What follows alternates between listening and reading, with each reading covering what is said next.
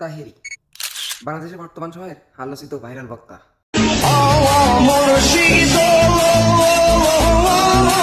আমার মতো অধমের দ্বারা তাহেরিকে রোস্ট করা কি মানায়? অত কিছু বুঝি না। আজকে তাহেরি ভণ্ডকে করব রাম ধুলাই।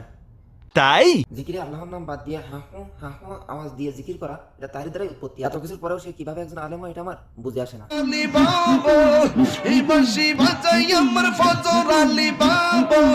তাহেরি সবসময় চাই আলোচনায় থাকতে, এই জন্য সে সবসময় ফিতনা ছড়ায়। মানে তার স্টেজে উঠে প্রথম কাজ হইতেছে অন্য বক্তা সমালোচনা করা। সে কোরআন হাদিস দিয়ে একটা আওয়াজ করছে, এমন একটা আওয়াজ আপনারা যদি দেখাইতে পারেন, আমি কথা দিচ্ছি সেদিনই ইউটিউব ছেড়ে দিব ভাই। 100% আপনারা তার বক্তব্যগুলো সম্পূর্ণ দেখেন। আমি তাকে রোস্ট করবো বলে তার প্রত্যেকটা ভিডিও দেখছি। আপনারা তার দেখে আসেন, সে যদি কোরআন হাদিস নিয়ে একটা আওয়াজ করে থাকে, আপনারা যা বলবেন তাই করবো। আপনাদের সামনে এসে আমি আমার বিচ্ছি কাইটা দিব।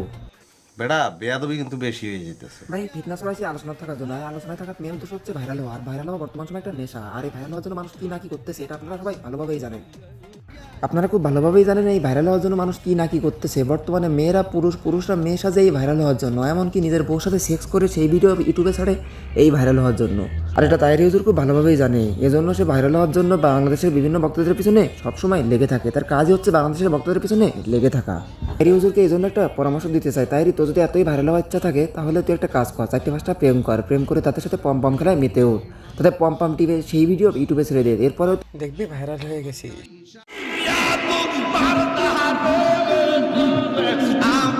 এত কিছু দেখার পরেও তাহেরি কিছু অন্ধ ভক্ত আছে যারা তাহেরির বক্তব্যকে সমর্থন করে। তারা মনে করে তাহেরি একজন আলেম। তাহেরি আলেম কিনা এটা জানার জন্য সবার আগে আলেমের সংজ্ঞা জানতে হবে, তারপরে তাহেরিকে সমর্থন করতে হবে। তাহেরি দা ভণ্ড আলেম কিনা সেটা জানার জন্য সবার প্রথমে এই ভিডিওটা দেখুন।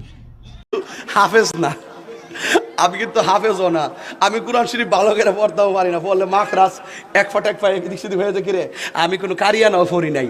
আমার সলার মধ্যে বয়া আমার আম্মা পড়াইছে। কফর বাসিনজের বিস মিম লামজের মিল নাম খারাজ বল্লাহ বিসমিল্লাহ হারাজের হির রহাজর রহ রহ মিম খারাজর মা নুন নুন কি তাকে নুন রজের নির, এইভাবে আমার পড়াইছে আর কি। আমি পারি না, কিন্তু বেশি কিন্তু ভালো করে পড়তে পারি না আমি। কিন্তু সে কোরআন পড়তে পারে না, মাকড়াজ জানে না, এমনকি সে হাফেজও না। অথচ সে সারা জীবন বাংলাদেশের সকল বক্তাদের পিছনে লেগে থাকে। ভাই আলেমের সংজ্ঞাটাকে বুঝতে হবে, যারা সমর্থন করেন তাদেরকে বুঝতে হবে আলেমটা কি। সঠিক বলেছেন। 2-4টা হাদিস আর 4-5টা কোরআনের আয়াত মুখস্থ থাকলেই সে আলেম হয়ে যায় না, এটা সবার প্রথমে মাথায় রাখতে হবে। তার মেন কাজই হচ্ছে গীবত করা। সে প্রত্যেকটা ভিডিওতে, তার প্রত্যেকটা ওয়াজে দেখবেন কোনো না কোনো বক্তার পিছনে লেগে আছে, এমনকি গীবত করছে। কারণ তার কোনো এলেমই নাই। আপনাদের এটা বুঝতে হবে তাহেরির যোগ্যতাটা কোথায়, এটা আপনাদের বুঝতে হবে। ভাই সে কোরআন হাদিস সম্পর্কে জ্ঞান রাখে না, তাহলে তার কি করতে হবে? তার স্টেজে উঠতে হবে, উঠে নাচানাচি করতে হবে, দেন সময় পার করতে হবে। সময় পার করার পরে কোনো রকমে একজন বক্তার পিছনে লাগতে হবে, লাগার পরে স্টেজ থেকে নেমে যেতে হবে। এরপরে টাকায় টাকা। সে আসছে আসলে ভাইরাল হওয়ার জন্য এবং টাকা ইনকাম করার জন্য। সে ইসলাম প্রচার করার জন্য কোনোভাবেই আসে নাই। তাই যে একটা ভণ্ড, এটা তাহলে দেখলেই বোঝা যায়। এর জন্য কোনো আলাদা সংখ্যা লাগবে না। তো ভাই আপনারা যারা তাহেরিকে কোনো সমর্থন করতেছেন, দয়া করে ইসলামে ফিরে আসুন। তাহেরির পূজারি না হয় আসুন, আমরা ইসলামকে মেনে চলি, ইসলামের আশেপাশে চলি। তো এই ছিল আজকে ভিডিও। এই ভিডিওর পার্ট 2 লাগলে অবশ্যই জানাবেন, আমি পার্ট 2 নিয়ে আসবো ইনশাল্লাহ। তো দেখাবে নেক্সট কোনো ভিডিওতে। সেই পর্যন্ত সবাই ভালো থাকবেন, ধন্যবাদ।